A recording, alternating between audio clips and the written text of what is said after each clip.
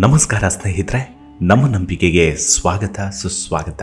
ಸ್ನೇಹಿತರೆ, ಭಾಗವತದಲ್ಲಿ ಇಂದ್ರಿಯ ನಿಯಂತ್ರಣದ ಕುರಿತು ಸ್ಪಷ್ಟವಾಗಿ ಉಲ್ಲೇಖಿಸಲಾಗಿದೆ.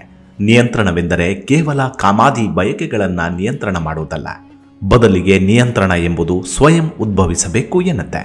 ಅದನ್ನೇ ಆತ್ಮಜಾಗೃತಿ ಎನ್ನುತ್ತೆ ಭಾಗವತ ಪುರಾಣ. ಅಷ್ಟಕ್ಕೂ ಇಂದ್ರಿಯ ನಿಯಂತ್ರಣದ ಕುರಿತಾದ ಮಾಹಿತಿಗಳನ್ನು ಇವತ್ತಿನ ಎಪಿಸೋಡ್ನಲ್ಲಿ ವಿಮರ್ಶೆ ಮಾಡ್ತಾ ಹೋಗೋಣ. ಅದಕ್ಕೂ ಮುನ್ನ ನಮ್ಮ ನಂಬಿಕೆಗೆ ನಿಮ್ಮ ಬೆಂಬಲವಿರಲಿ. ಸ್ನೇಹಿತರೆ, ಶ್ರೀಮದ್ ಭಾಗವತದಲ್ಲಿ ಬರುವ ಶ್ಲೋಕದಲ್ಲಿ ಈ ರೀತಿ ಉಲ್ಲೇಖಿಸಲಾಗಿದೆ: ಗೃಹಾಣೈತಾನಿ ನಮಾನಿ ಸ್ಥಾನಾನಿ ಚ ಸಯೋಷಣಃ ಏಭಿಃ ಸೃಜ ಪ್ರಜಾ ಬೈಹಿವಿ ಪ್ರಜಾ ನಾಮಸಿ ಯತ್ಪತಿ ಎನ್ನುತ್ತೆ. ಅಂದರೆ, ನನ್ನ ಪ್ರೀತಿಯ ಬಾಲಕನೇ, ಈಗ ನೀನು ನಿನಗಾಗಿ ಮತ್ತು ನಿನ್ನ ವಿವಿಧ ಪತ್ನಿಯರಿಗಾಗಿ ಗೊತ್ತುಪಡಿಸಿದ ಹೆಸರುಗಳನ್ನು ಮತ್ತು ಸ್ಥಾನಗಳನ್ನು ಸ್ವೀಕರಿಸು. ನೀನು ಈಗ ಜೀವಿಗಳ ಒಡೆಯರಲ್ಲಿ ಒಬ್ಬನಾಗಿರುವೆ. ಆದುದರಿಂದ ಬಹಳ ಪ್ರಮಾಣದಲ್ಲಿ ಪ್ರಜಾಸಂಖ್ಯೆಯನ್ನು ಹೆಚ್ಚಿಸಬಹುದು ಎಂದು 4 ಕುಮಾರರಿಂದ ಬ್ರಹ್ಮನ ಅಪೇಕ್ಷೆ ಸಾಕಾರಗೊಳ್ಳಲಿಲ್ಲ.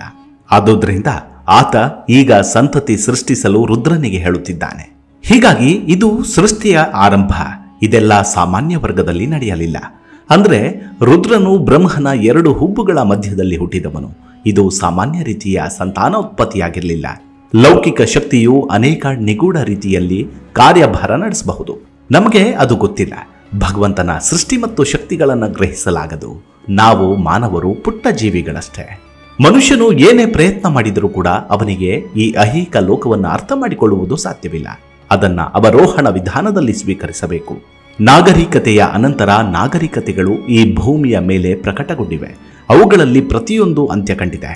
ಸೃಷ್ಟಿಕರ್ತನ ಪ್ರಕಾರ ಮಾನವ ಜೀವಿಯ ಕೆಲಸವು ಲೌಕಿಕ ದೇಹದೊಂದಿಗೆ ಅವನ ಸಂಬಂಧ ಮತ್ತು ಅವನ ಮೇಲೆ ಪ್ರಭಾವ ಬೀರುವ ಲೌಕಿಕ ಪ್ರಕೃತಿಯ 3 ಗುಣಗಳ ಬಗೆಗೆ ಅರಿವು ಹೊಂದುವುದಾಗಿದೆ. ಆದುದರಿಂದ ನಾವು ದೇಹ, ಇಂದ್ರಿಯಗಳು ಮುಂತಾದವುಗಳ ಬಗೆಗೆ ದೇವೋತ್ತಮ ಮತ್ತು ಆಚಾರ್ಯರು ನೀಡಿರುವ ಅವರೋಹಣ ವಿಧಾನದಲ್ಲಿ ಜ್ಞಾನವನ್ನು ಪಡಿತೇವೆ. ಈ ದೇಹವು ಬೇರೆ ಶಕ್ತಿಯಿಂದ ಮಾಡಲ್ಪಟ್ಟಿದೆ ಮತ್ತು ನೀನು ಭಿನ್ನ ಎಂದು ಕೃಷ್ಣನು ಭಗವದ್ಗೀತೆಯಲ್ಲಿ ಹೇಳಿದ್ದಾನೆ. ಅಂತಿಮವಾಗಿ ವ್ಯಕ್ತಿಯು ಸ್ವತಂತ್ರವಾಗಿ ಆನಂದಿಸುವ ತನ್ನ ಮನೋಭಾವವನ್ನು ಶುದ್ಧೀಕರಿಸಿಕೊಳ್ಬೇಕು ಮತ್ತು ಭಗವದ್ಧಾಮಕ್ಕೆ ವಾಪಸ್ಸಾಗಬೇಕು. ಜ್ಞಾನವಿಲ್ಲದೆ ಭಕ್ತಿಯ ಅನುಷ್ಠಾನ ಸಾಧ್ಯವಿಲ್ಲ. ಅದಕ್ಕೆ ಅಲೌಕಿಕ ಜ್ಞಾನ ಅತ್ಯಗತ್ಯ. ನಾವು ಹೆಚ್ಚು ಓದಿದ್ದರೂ ನಮಗೆ ಅದರಿಂದ ಜ್ಞಾನ ಸಿಗದಿರಬಹುದು. ನಾವು ಪ್ರಭುಪಾದರ ಭಾವಾರ್ಥಗಳನ್ನು ಓದಿದರೆ ನಮಗೆ ಜ್ಞಾನ ಲಭ್ಯವಾಗತ್ತೆ. ಕೃಷ್ಣ ಪ್ರಜ್ಞೆ ಕುರಿತ ಮಾಹಿತಿಗೆ ವಸ್ತು ಮತ್ತು ಆತ್ಮವನ್ನು ಪ್ರತ್ಯೇಕಿಸುವ ಶಕ್ತಿ ಇಲ್ಲ. ಕೃಷ್ಣನು ಹೇಳ್ತಾನೆ, ಭಕ್ತಿ ಸೇವೆಯಲ್ಲಿ ತೊಡಗಲು ಪ್ರಯತ್ನಿಸುತ್ತಿರುವ ಪ್ರಾಮಾಣಿಕ ಆತ್ಮಗಳ ಬಗೆಗೆ ಕರುಣೆಯಿಂದ ನಾನು ಆ ಅಲೌಕಿಕ ಜ್ಞಾನವನ್ನು ಪ್ರಕಾಶಗೊಳಿಸುತ್ತೇನೆ ಮತ್ತು ಆಗ ಮಾತ್ರ ವ್ಯಕ್ತಿಯು ಈ ಲೌಕಿಕ ಬಂಧನದಿಂದ ಮುಕ್ತರಾಗುವುದು ಸಾಧ್ಯ ಎಂದು. ಇಂದ್ರಿಯಗಳನ್ನು ನಿಯಂತ್ರಣದಲ್ಲಿಟ್ಟುಕೊಳ್ಳಬೇಕೆಂದು ನಮಗೆ ಸತತವಾಗಿ ಬೋಧನೆಯಾಗುತ್ತಿರುವುದು ನಿಜ. ಆದರೆ ಹೆಚ್ಚು ಮುಖ್ಯವಾದದ್ದು ಸ್ವಯಂ ನಿಯಂತ್ರಣ. ವ್ಯಕ್ತಿಗೆ ತನ್ನ ಗಮನ ಶಕ್ತಿಯನ್ನ ಕೃಷ್ಣನಿಗೆ ಅಥವಾ ಮಾಯೆಗೆ ನೀಡುವ ಸ್ವತಂತ್ರವಿದೆ. ಇಗ್ನಿಷನ್ ಸ್ವಿಚ್ ಇಡೀ ಕಾರನ್ನ ನಿಯಂತ್ರಣದಲ್ಲಿ ಇಡಲು ಸಾಧ್ಯವಾಗುವಂತೆ ಗಮನ ಹರಿಸುವ ಹಂತದಲ್ಲಿಯೇ ನಮಗೆ ಮುಕ್ತ ಮನವಿದ್ದರೆ ಸ್ವಯಂ ನಿಯಂತ್ರಣ ತುಂಬಾ ಸುಲಭ. ಸ್ವಿಚ್ ಹಾಕಿದ ಕೂಡಲೇ ಎಂಜಿನ್ ಓಡಲಾರಂಭಿಸುತ್ತೆ ಮತ್ತು ನಾವು ವಾಹನದಲ್ಲಿ ಕುಳಿತಿದ್ರೆ ನಾವು ಅದರ ಪರಿಣಾಮಗಳನ್ನು ಎದುರಿಸಬೇಕು. ವಾಹನ ಓಡುತ್ತದೆ ಮತ್ತು ನಾವು ಚಲಿಸಬೇಕು.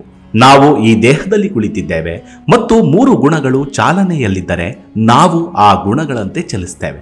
3 ಗುಣಗಳಂತೆ ಈ ದೇಹವು ಜೀವವನ್ನು ಒಯ್ಯುತ್ತೆ. ಕೃಷ್ಣ ಪ್ರಜ್ಞೆಯಲ್ಲಿ ಕೆಲವು ವರ್ಷಗಳು ತೊಡಗಿಕೊಂಡ ಮೇಲೆ ಮಾಯೆ ಮತ್ತು ಕೃಷ್ಣನ ಬಗೆಗೆ ಕಂಡುಕೊಳ್ಳುವುದು ಕಷ್ಟವಿಲ್ಲ. ಹಾಗಾದ್ರೆ ಮುಕ್ತ ಮನಸ್ಸು ಅಂದ್ರೇನು? ಮಾಯೆಗೆ ಅಲ್ಲ, ಕೃಷ್ಣನಿಗೆ ಗಮನ ಕೊಡುವುದು. ಮನ್ಮನ ಭವಮದ್ ಭಕ್ತೋ ಮದ್ ಯಾಜಿ ಮಾಂ ನಮಸ್ಕುರು ಎನ್ನುತ್ತೆ. ಅಂದ್ರೆ ಮನಸ್ಸನ್ನ ಸದಾ ಕೃಷ್ಣನಲ್ಲಿ ನೆಡಬೇಕು. ಭಕ್ತಿಯು ಗುರು ಹೇಳಿದ್ದನ್ನ ಶಿಷ್ಯನು ಅನುಸರಿಸುವ ವಿಧಾನವಾಗಿದೆ. ಅವನು ಸುಮ್ಮನೆ ಅನುಸರಿಸ್ತಾನೆ. ಆನಂತರ ಇಂದ್ರಿಯ ನಿಯಂತ್ರಣ ತುಂಬಾ ಸುಲಭ. ನೀವು ಕೊಳವೆ ಒಳಗೆ ನೀರು ಹರಿಸಿದಾಗ ಕೊಳವೆಯು ಎಲ್ಲಿಗೆ ಹೋಗುತ್ತದೆಯೋ ಅದರಂತೆ ನೀರು ಹರಿಯುತ್ತದೆ.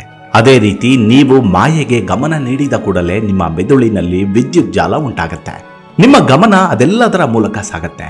ಆನಂತರ ಕಾಮ, ಮನೋವೇಗ, ಇಂದ್ರಿಯ ವೇಗದ ಶಕ್ತಿಗಳು ಪ್ರಕಟಗೊಳ್ಳುತ್ತಾ ಹೋಗ್ತವೆ, ರೂಪಾಂತರಗೊಳ್ತಾ ಹೋಗ್ತವೆ. ಭಕ್ತಿ ಪ್ರಕ್ರಿಯೆಯಲ್ಲಿ ನಿರಂತರವಾಗಿ ಕೃಷ್ಣನತ್ತ ಗಮನ ಹರಿಸಬೇಕು. ಇದೇ ನಿಜವಾದ ರಹಸ್ಯ. ಬಂಧನಕ್ಕೆ ಒಳಪಡಲು ನಾವು ಇಷ್ಟಪಡೋದಿಲ್ಲ. ಆದುದರಿಂದ ಆ 4 ಕುಮಾರರ ತತ್ವವನ್ನು ಅನುಸರಿಸಿ ನಾವು ನಮ್ಮ ಇಂದ್ರಿಯಗಳನ್ನು ನಿಯಂತ್ರಣದಲ್ಲಿ ಇಟ್ಟುಕೊಳ್ಬೇಕು. ಮದ್ಯವಿಲ್ಲ, ಅನೈತಿಕ ಲೈಂಗಿಕ ಕ್ರಿಯೆ ಇಲ್ಲ ಮತ್ತು ಜೂಜಿಲ್ಲ. ಲೈಂಗಿಕ ಆಕರ್ಷಣೆಯನ್ನ ನಿಯಂತ್ರಿಸಿಕೊಳ್ಳುವುದೇ ಕಷ್ಟ. ನಾವು ಪುರುಷರಾಗಿದ್ದರೆ ಕೆಲವು ಸ್ವಚ್ಛಂದ ಪ್ರವೃತ್ತಿ ನಮ್ಮಲ್ಲಿ ರೂಪಿಸಲ್ಪಟ್ಟಿರುತ್ತೆ ಮತ್ತು ಅವುಗಳೆಲ್ಲವೂ ಹವ್ಯಾಸವಾಗುವಂತೆ ಮಾಡಲಾಗತ್ತೆ. ಇದಕ್ಕೆ ಮೂಲದಲ್ಲಿಯೇ ತಡೆ ಹಾಕಬೇಕು. ಸ್ತ್ರೀ ಪುರುಷರ ಪರಸ್ಪರ ಆಕರ್ಷಣೆ ಏಕೆ? ಏನಾದರೂ ಲಾಭವಿದ್ದರೇನೆ ಜನರು ತಮ್ಮ ಹವ್ಯಾಸವನ್ನ ಮುಂದುವರಿಸ್ತಾರೆ. ನಿಮ್ಮ ಮುಂದೆ ಮಹಿಳೆಯೊಬ್ಬರು ಹೋಗುವುದನ್ನ ನೀವು ಗಮನಿಸ್ತೀರಾ.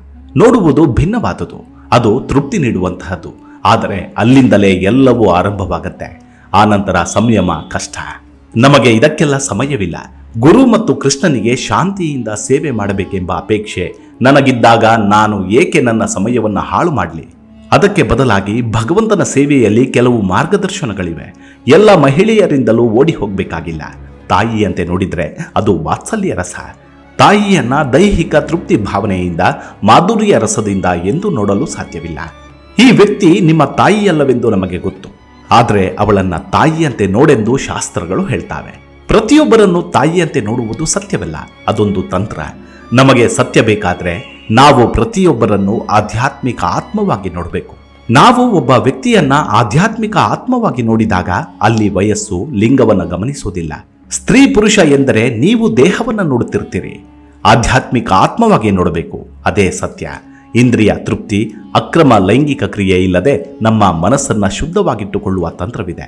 ಜಪ ಮಾಡದಿದ್ದರೆ ಇದು ತುಂಬಾ ನಿಧಾನವಾಗತ್ತೆ. ಆಧ್ಯಾತ್ಮಿಕ ಜೀವನದಲ್ಲಿ ಇವುಗಳೆಲ್ಲ ದೊಡ್ಡ ಅಡ್ಡಿಗಳು. ಆದುದರಿಂದ ನಾವು ಅವರೋಹಣ ವಿಧಾನದಲ್ಲಿ ಜ್ಞಾನವನ್ನು ಪಡಿಬೇಕು. ನಮ್ಮ ಇಂದ್ರಿಯಗಳ ಬಗೆಗೆ ಕೃಷ್ಣನು ಭಗವದ್ಗೀತೆಯಲ್ಲಿ ಹೇಳಿರುವಂತೆ ದೇಹವನ್ನ ಮನಸ್ಸಿನಿಂದ, ಮನಸ್ಸನ್ನ ಬುದ್ಧಿಯಿಂದ, ಮನಸ್ಸನ್ನ ಸ್ವಯಂ ನಿಯಂತ್ರಣದಲ್ಲಿಡುವ ಬಗೆಗೆ ಕೃಷ್ಣನು ಹೇಳಿದ್ದಾನೆ. ಅವೆಲ್ಲವನ್ನು ಅನುಸರಿಸೋದ್ರಿಂದ ಸಂಪೂರ್ಣ ರಕ್ಷಣೆ ದೊರೆಯುತ್ತೆ. ಆಧ್ಯಾತ್ಮಿಕ ಜೀವನವು ಬರೀ ವಿಚಾರ ಮಂಥನವಲ್ಲ. ಅಂದ್ರೆ ಗುರು ಹೇಳಿದ್ದನ್ನ ನೀವು ಅನುಸರಿಸುತ್ತಿಲ್ಲ ಎಂದು. ನೀವು ಬೋಧನೆ ಒಂದನ್ನ ಅನುಸರಿಸದೆ ಬೋಧನೆ ಎರಡನ್ನ ಅನುಸರಿಸಲು ಆರಂಭಿಸಿದ್ರೆ ಬೋಧನೆ ಎರಡು ಹೋರಾಟವಾಗತ್ತೆ.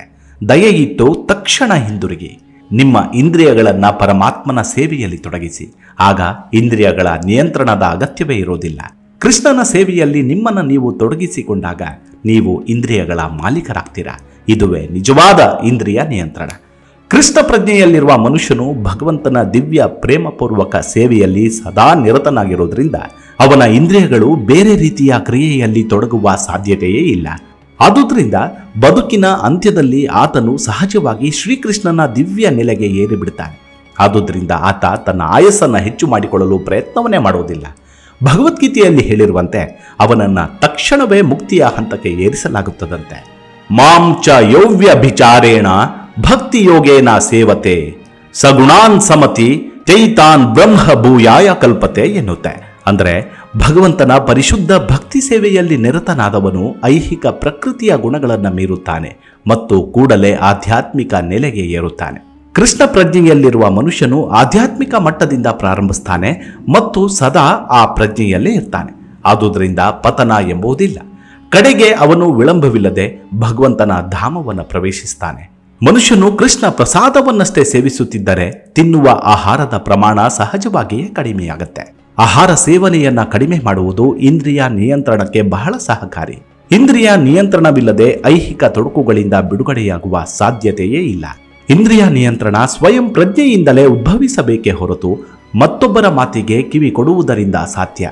ನಮ್ಮ ನಿತ್ಯ ಕರ್ಮಗಳು ಹಾಗೂ ಬದುಕಿನ ಕರ್ಮಗಳನ್ನ ಮಾಡಿಯೇ ತೀರಬೇಕು. ಅದು ವಿಧಿ ಲಿಖಿತವೆನ್ನುವುದು ಕೃಷ್ಣನ ಬೋಧನೆಯಾದಾಗ ನಿಯಂತ್ರಣದ ಪರಿಧಿ ನಮ್ಮ ವಿವೇಚನೆಯ ಹಂತವನ್ನು ಮೀರಿ ನಡೆಯುವಂತಿದ್ದರೆ ಮಾತ್ರ ಉನ್ನತಿಗೇರುವುದು ಸಾಧ್ಯ. ಅದೆಲ್ಲವೂ ಸಾಧ್ಯವಾ? ಅದು ನಮ್ಮ ವಿವೇಚನೆಗೆ ಬಿಟ್ಟ ವಿಚಾರ. ಮುಂದಿನ ಸಂಚಿಕೆಯಲ್ಲಿ ಭೇಟಿಯಾಗೋಣ.